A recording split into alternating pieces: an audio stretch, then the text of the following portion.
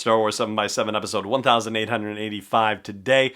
Since we are at the back end of the Thrawn trilogy of novels, I thought it would be a good moment to take a look at the Chiss's involvement with the Empire and think about whether it could be possible that the Chiss are involved in the sequel era as well. Punch it.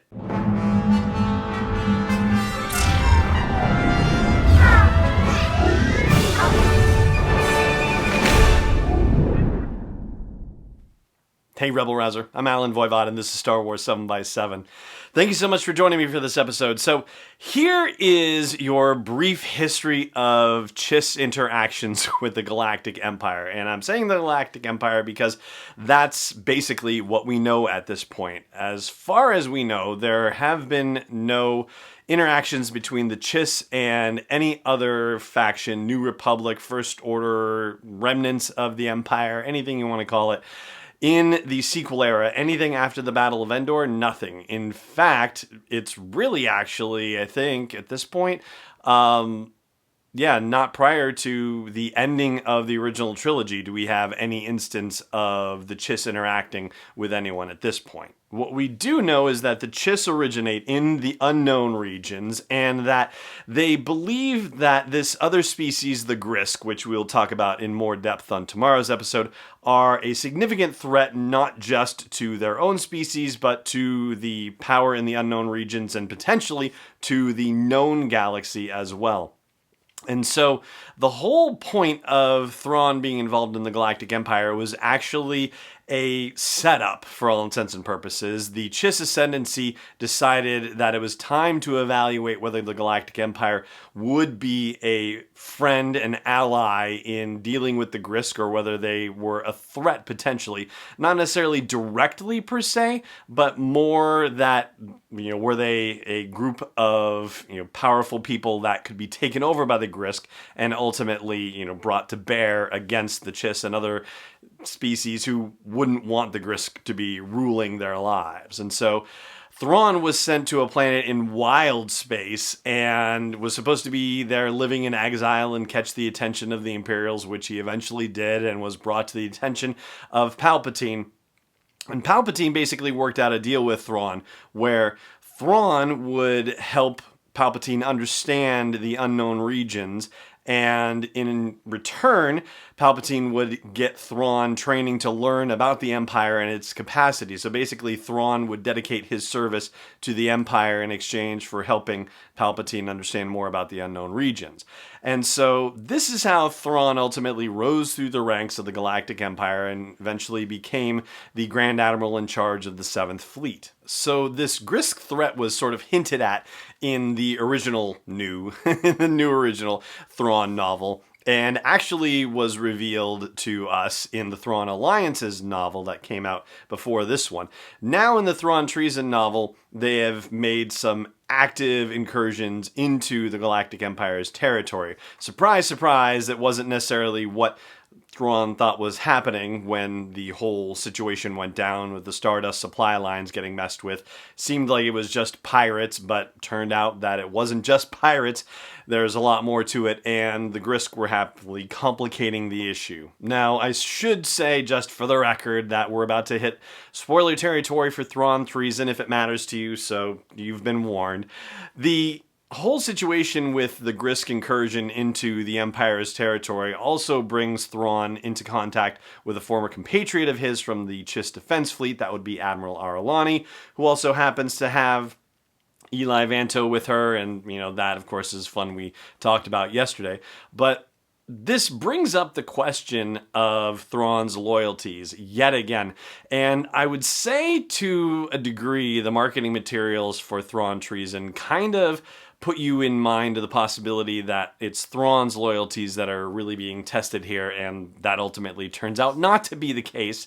But what really is still in question and gets asked from time to time is whether Thrawn's loyalties are to the Empire or to the Chiss. And Thrawn's answer constantly is, while I am in your service, Emperor Palpatine, Sheev, if you will, I am totally loyal to the Empire. But the fact of the matter is, Thrawn could decide to change his mind at any minute and say, yeah, I'm done serving the Empire, I'm going back to the Chiss, see ya! And he would take with him all of the knowledge that he'd acquired about the Empire and bring it to the service of the Chiss if he wanted to, if he felt like it was the right thing to do. And in that case, the Empire, at least, as strange as it may seem, it might have been a good thing that the purgill took him and Ezra off to heaven knows where at the end of the Star Wars Rebels series, because one of the things that Palpatine thinks is that once the Death Star is completed, that is going to help with control of the galaxy, and that these Grisk are not going to be a problem ever again, especially once they get this thing up and running. Well, part of the concern of the Chiss was, other people taking over their stuff. Palpatine wants to get into the unknown regions and wants to know if these guys are allies, but ultimately, he's not going to be allied with anyone. He would want to rule over them, period, paragraph.